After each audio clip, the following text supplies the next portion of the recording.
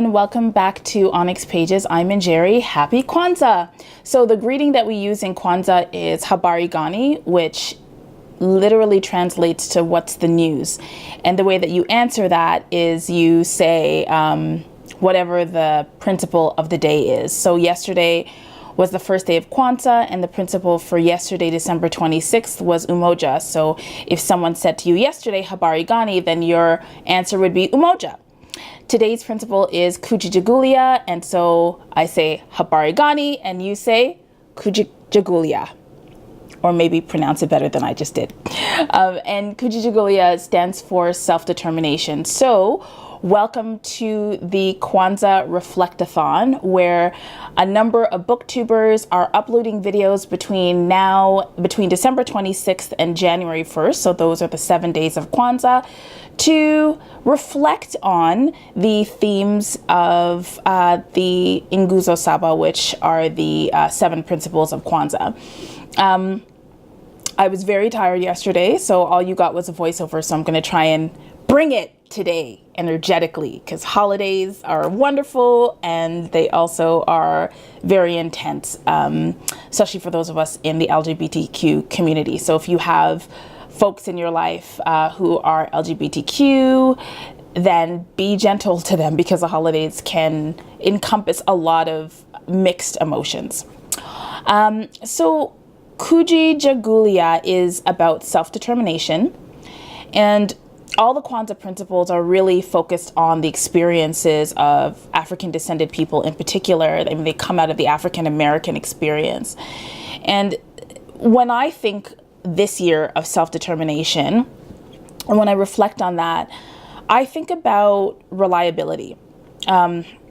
If you have a group of people and those people are working together in order to achieve a common goal, it's not only important that they work collectively, but it's also important that each of those individuals are motivated from within, so that there can be an equitable outlay of what's often called emotional labor. So I see self-determination as a way to sort of remind ourselves that when we commit to something, we need to fulfill what we commit to doing. And I know for me, sometimes I make commitments and I don't fulfill those commitments. And self-determination is that kind of engine that runs inside of you, that comes from yourself, that's connected to some kind of purpose, that keeps propelling you in the direction of where you want to go. And obviously, sometimes we fall down. Sometimes we need the help of other people to remind us to continue, to motivate us, to help us stand up when we've fallen down. But that ultimately, this principle is really asking us, what are the goals that we've set for ourselves, for not only an individual purpose, but also for a collective purpose? And how are we in our journey of meeting those goals? And are we living our lives in a way that represents this idea of self-direction? So what I've asked the booktubers who are going to be uploading videos today, and they are the novel Lush and LucieReads. What Lauren and Lucy will be talking about today, and me a little bit, are 3 books. Well, they'll talk about 3 and I'll talk about 1. 3 books that have them thinking about Kujichagulia, which is self-determination. So I'll point you to their channels. If you are not already subscribed to Lauren at the novel Lush, who is awesome, and Lucy at LucieReads, who's also awesome, then I would ask you, after you watch this video, to go over to their channels, to subscribe to their channels, and to participate in the discussion. Now, I asked Lucy and Lauren to represent self-determination because I think that both of them, as Black women and Black women booktubers who have been in this community for a lot longer than I have, they both, from my perspective, represent self-determination. Both of them have been quite generous of spirit and generous of intellect in contributing to the discussions that we've had in our community about diversity, about representation, and both of them have taken risks to express not only their thoughts, but to take leadership and ownership of the conversation. And I asked them both to represent this principle because I feel that they do so. And I really admire both of them for what they do. And in particular, Lauren can sometimes get a little salty on her channel. And I absolutely love that, because I feel like sometimes as Black women, our anger and our frustration and our impatience can sometimes be pathologized. And sometimes we just need space to be able to say, you know what, this is some fucked up shit, and drink our wine and keep on moving. And sometimes she does that. So I really appreciate her and value her as a voice in the BookTube community. So going over to their channels, that was just my little love bomb for both of them. Okay, so I'm gonna talk about one book that I recently read that reflects Kujichagulia, or self-determination, and that is Sin's Mark. Sin's Mark is a novella written by the lovely and self-determined Zetta Elliott. One of the things that I love about Zetta, and you should check out my interview with her because it was really great. It was, I think, after I read Mother of the Sea. But one thing I love about Zetta, she's a Black woman. She's raised in Canada. She currently lives in the States, but she has her own press, which is, it's called Zetta Press, I think. Sorry, Rosetta Press. And I think the idea of running your own publishing house, your own imprint, I'm not sure the technical word for it, but publishing your own writing and pushing it out there and doing it in a way that I'm assuming is more liberating than doing it through an external publisher, because I believe when you do that, they have more control over your content, over the cover art and that kind of thing. So running her own show and writing the stuff that we need to read is really important, and it's an example of self-determination.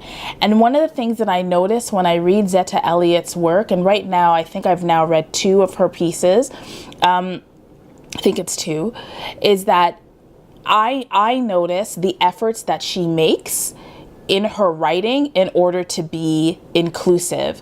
So the main character in this story is Taj, and Taj is a 13-year-old Black boy. Taj has a mom who he's got a single mom.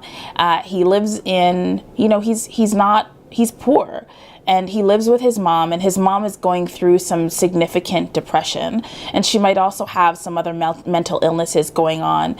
And one of Taj's fears is for him to be separated from his mother by the child welfare industry. And so he carries a lot of burden as a 13-year-old boy. He's trying to maintain the optics of living in a home that's supportive, where he's well fed, where he's taken care of. He's trying to maintain that balance so that he can remain connected to his mother, who's struggling. And one of the things that he does in order to keep his household moving along is he walks a dog to make a little bit of cash. He walks a dog for an elderly person who lives in their neighborhood. And he loves walking this dog through the cemetery, because the cemetery is quiet and it's beautiful and it's well kept. And one day on one of his walks, he notices somebody that doesn't look quite regular, and he encounters a person named Sin. And so this novella takes us through this relationship that he builds with Sin, and takes us through this mystery of why she and another character are appearing to him during these walks. And we realize that he and Sin need things from each other. And Taj is really self-determined. And not only that, but his interest in making money, keeping up appearances, is not only self-interested. He's concerned about his mother's well-being. He's concerned about his family's well-being. He's also concerned about the well-being of his friends, and we get to know his friends a little bit as the story progresses.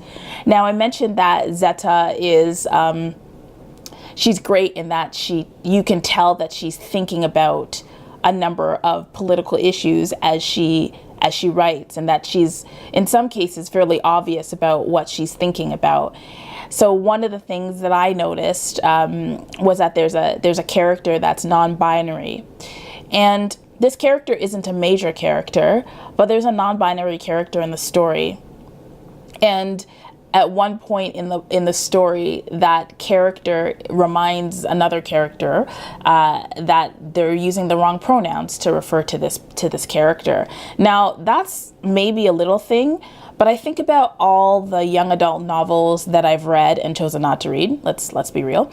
But I think about all of these novels, and just a little thing like having a character that doesn't use a he or she pronoun, and having another young character correct another young character and say, you have to use the right pronoun. This character uses they. That's not a hard thing to do. And it's not the main plot. But in this novella, we have two Black youngsters talking to each other about gender nonconformity. Like that's important, and it's part of our everyday lives, and it's very easy to do, and she did it, and other people should do it too. There's also a lot of critiques around mental health, around disability, around there are critiques of child protection, there's critiques of gentrification and class and all sorts of things that we see through the eyes of this 13-year-old boy who's very self-determined. So I really loved this story. I tabbed it up. I read it very quickly. I was so happy to receive a copy of it from Zeta. So thank you very much, Zeta, for sending me a copy of it. And I look forward to reading more of her work, because I can see the way that she takes care in her writing to not only entertain us, and in this case to terrify us, but also to encourage unity in our community, which is another of the principles of Kwanzaa. Okay, I think I've said enough. What do you think? Well, I think what you said is wonderful, so inspiring.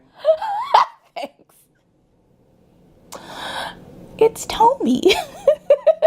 I'm holding up a reflector, so that's what you're seeing. Let's just be fully real here. Okay, what else do I want to say to you? Okay, now I'm just going to blab on, because I want to say two things. I want to thank you for complimenting me on my makeup. I have spent a lot of time. Tommy's nodding heavily. She's invested a lot of time.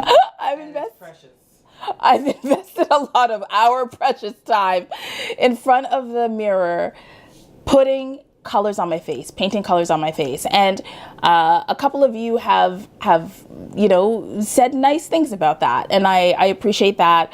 I'm not interested in becoming a beauty blogger. I will not be a beauty blogger. I might be a beautiful vlogger. You are gorgeous. But I'm not interested in becoming a beauty blogger. I really appreciate the work that they do. Shout out to Auntie Jackie Aina, and many others. But I just want to say that, we all have our things that we do, right? We have our things that we do that make us feel good. And sometimes they're frivolous. And I like putting colors on my face and putting sparkles on my face, because sometimes this world isn't sparkly and you need to just buy some sparkles and put it on your eyelids, because that's all you can do. So thank you for recognizing the effort that I put into putting colors on my face. And yeah. Okay, yes. So the last thing I want to tell you, this is a very scattered video. If you want to win a prize, the way that you do that is you go to the videos that have been posted today over at the Novel Lush and LucieReads, and you enter a comment. And you just comment on their video, but also you have to talk about a book that represents self-determination and Kujichagulia. I'm going to be choosing one winner for each principal. So if you want to win a prize, and the prize will be one Afrofuturism or African science fiction book, which I will mail to you in the new year, then please comment on the pages of the booktubers who are participating in this Kwanzaa Reflectathon. I think that's all I have to say. Am I missing anything? No, but I'm looking forward to your next video. I'm looking forward to my next video too. Please like this video. If you are not subscribed to Onyx pages, but you enjoy the content that we are creating on this channel, please subscribe. That is meaningful to me. So please do hit the subscribe button and also hit the bell so that you can be notified of videos as they come up, and like and comment, because this is social media. Okay. Happy Kwanzaa. Happy Kwanzaa. And we will see you tomorrow for the day 3 of the Kwanzaa Reflectathon.